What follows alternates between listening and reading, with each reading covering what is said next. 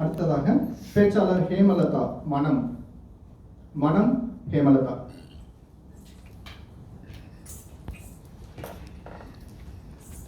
அனைவருக்கும் வணக்கம். மனம் மனம் இருந்தால் பறவை கூட்டில் மான்கள் வாழலாம். வழி இருந்தால் கடுகுக்குள்ளே மலையை காணலாம். துணிந்து விட்டால் தலையில் எந்த சுமையும் தாங்கலாம். குணம் குணம் அது கோவிலாகலாம். மனசு இப்போ இந்த உலகத்துல இருக்கக்கூடிய எல்லா விஷயங்களையும், எல்லா இன்ப துன்பங்கள், சிரமங்கள், கஷ்டங்கள், புதிர்கள், அதற்கான பதில்கள், கேள்வி பதில்கள் எல்லாத்தையும் ஒரு சின்ன பெட்டிக்குள்ள போட்டு நம்மளால அடைச்சிட முடியும் அப்படின்னு சொன்னா அந்த சின்ன பெட்டி தான் நம்மளோட மனசு. அப்போ அந்த மனசுக்கு அவ்வளவு சக்தி இருக்கு. அவ்வளவு சக்தி வாய்ந்ததா என்ன நம்ம மனசு? உண்மைதான்.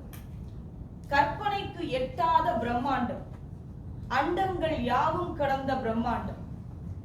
கற்பனை, அதுக்கு ஒரு பாட்டு எனக்கு ஞாபகம் வருது. ஒரு இறைவனை குறித்த பாட்டு அது. ஆனா அதை நான் மனசு கூட சம்மந்தப்படுத்த விரும்புறேன்.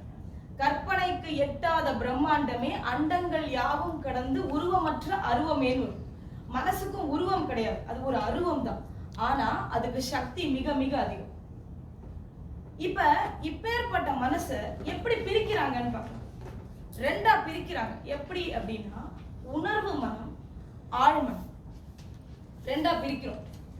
உணர்வு மனசுனா என்ன அப்படின்னா, உணர்வு மனம் அப்படிங்கிறது இப்ப நான் ஒரு செயல் செய்ய போறேன், இல்ல நாளைக்கு செய்ய போறேன், இல்ல என்கிட்ட யாரோ ஒருத்தர் ரொம்ப கடுமையா நடந்துக்கிறாருன்னு வச்சுக்கலாம், இல்ல என்ன கோவப்படுத்துறார், இல்ல என்ன தாக்க முற்படுறார், எந்த ஒரு நிலை வேணா இருக்கட்டும்.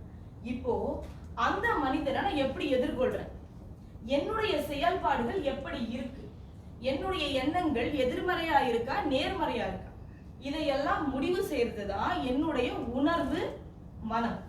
அதாவது எது சரி எது தவறு, எது சரி எது தவறு, எதை நான் செய்ய வேண்டும் எதை நான் செய்யக்கூடாது அப்படின்னு எனக்கு சொல்றது என்னுடைய உணர்வு மனம்.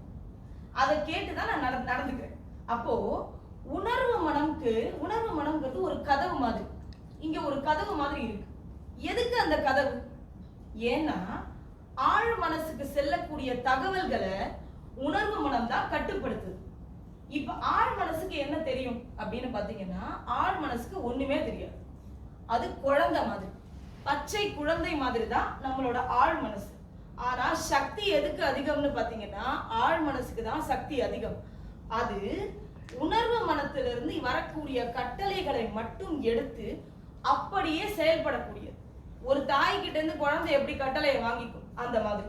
மித்தபடி அதுக்கு செய்யறது சரியா தப்பான்னு தெரியாது. அப்போ இந்த கதவு மூலமாக சரியான தகவல்களை அனுப்புனா மட்டும்தான் ஆழ் மனசு நம்ம கட்டுப்பாட்டுல வைக்க முடியும். ஒரு உதாரணத்துக்கு சொல்லணும்னா, இப்ப கப்பலை யாரு ஓட்டுறா? மாலுமி தான் ஓட்டுற.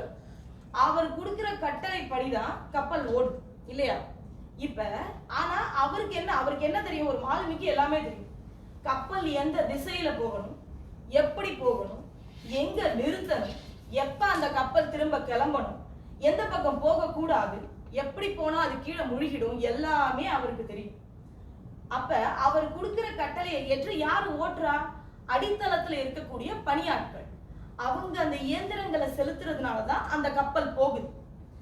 அவங்களுக்கு எதுவுமே தெரியாது. கப்பல் எந்த பக்கம் போகுதுன்னு தெரியாது, எந்த திசைக்கு போகுதுன்னு தெரியாது, வெறுமனே ஓட்டுவாங்க, அவ்வளவுதான்.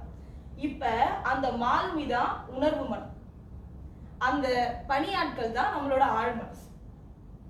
அப்ப இப்படிப்பட்ட இந்த ஆழ் மனசை நம்மளால கட்டுப்பாட்டுக்குள்ள வைக்க முடியுமா அப்படிங்கறதுதான் கேள்வி. முடியும். எப்படின்னா, பிரபஞ்சத்துக்கு 3 விதிகள் இருக்கு. அந்த 3 விதிகளை பின்பற்றினா முடியும். முதல் விதி என்னன்னு பாத்தீங்கன்னா, நான் என்னுடைய வாழ்க்கைக்கு நான் மட்டுமே பொறுப்பு. என்ன நடந்தாலும் சரி, நேற்று நடந்ததாக இருக்கட்டும், இன்னைக்கு நடக்கிறது, நாளைக்கு நடக்க போறதா இருந்தாலும் என்னுடைய வாழ்க்கைக்கு நான் மட்டுமே பொறுப்பு. அடுத்தவங்களை கை காட்டுவது தவறு. இது எப்படின்னா, உதாரணத்துக்கு நான் என்னையே எடுத்துக்கிறேன். சில பல வருடங்களுக்கு முன்னாடி இப்ப நானே ஒரு தேர்வு எழுதுறேன்னு வைங்க. தேர்வு எழுதுறேன், இல்ல ஒரு போட்டிக்கு போறேன், என்னமோ செய்யறேன். போயிட்டு அதுல வெற்றி பெற்றுட்டேன்னு வச்சுக்கோ. நான் எப்படி படிச்சேன் தெரியுமா? நான் எவ்வளவு கஷ்டப்பட்டேன் தெரியுமா? அல்லு பகலும் அயராம உழைச்சேன் தெரியுமா? கேள்வி ஒண்ணுமே புரியல, ஆனாலும் நான் படிச்சதுனால எழுதிட்டேன். நான் மட்டுமே நானாக இருந்தேன். இதுவே வெற்றிக்கு பதிலா நான் தோத்து போயிட்டேன்னு வச்சுக்கோ. உடனே நான் நல்லா தான் படிச்சேன், கேள்வி சரியில்லை, கேள்வி எடுத்தவங்களுக்கு எடுக்க தெரியல. இல்ல நான் தோத்து போயிட்டேன்னா நான் நல்லா தான் பண்ணேன், தேர்வு செஞ்சவங்களுக்கு தேர்வு செய்ய தெரியல. இதுவா உண்மை? உண்மையே கிடையாது. எல்லா சூழ்நிலையிலும் என்னுடைய வெற்றிக்கோ இல்ல வெற்றி கிடைக்காம போறதுக்கோ நான் மட்டுமே காரணம். இதை நான் அடுத்தவங்களை என்னைக்கு நான் குறை சொல்றதை நிறுத்துறனோ அன்னைக்கு ஆழ்மனம் முதல் முறையாக என் கட்டுப்பாட்டுக்குள்ள வருது. இதுதான் பிரபஞ்ச விதி முதல். ஏன்னா நான் எனக்கு உண்மையா இருக்கேன், என்ன நான் ஏமாத்திக்கல, என்கிட்ட நான் பொய் சொல்லல. அதனால ஆழ்மனசு முதல் கட்டுப்பாட்டுக்குள்ள வரக்கூடிய முதல் விதி இதுதான், பிரபஞ்ச விதி. இப்போ ரெண்டாவது விதி, அது என்னன்னா, இப்போ நான் என்ன நினைக்கிறேன், என்னுடைய எண்ணங்கள் என்னவோ அது நானாகவே மாறுகிறேன்.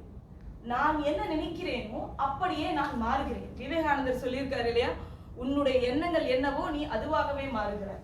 அது ரொம்ப ரொம்ப உண்மையான வார்த்தை.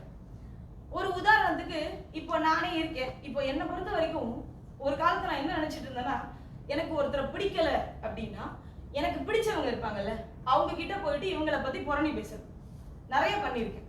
எல்லாரும் பண்றதுதான், நீங்களாம் பண்றீங்களான்னு தெரியல, ஆனா நான்லாம் பண்ணியிருக்கேன் ஒரு காலத்துல. நான் என்ன நினைச்சுப்பேன்னா, அவங்களுக்கு தெரியாதுல்ல, அவங்க எங்கேயோ தானே இருக்காங்க, நான் இவங்க கிட்ட தானே புரண்டி பேசுறேன், யாருக்கு தெரிய போகுது. அதே மாதிரி பிடிக்காத மனிதர்களை பத்தி வீட்டுக்குள்ளேயே சபிக்கிறது.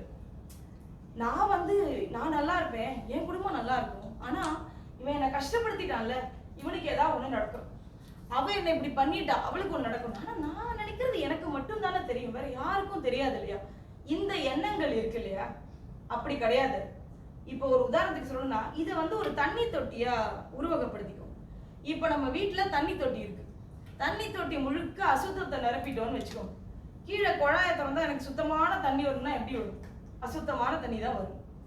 இதுவே சுத்தமான தண்ணியை நிரப்பிட்டோம்னா எந்த குழாயை திறந்தாலும் பரிசுத்தமான தண்ணி கிடைக்கும். அதே மாதிரிதான் நம்ம எண்ணங்கள்.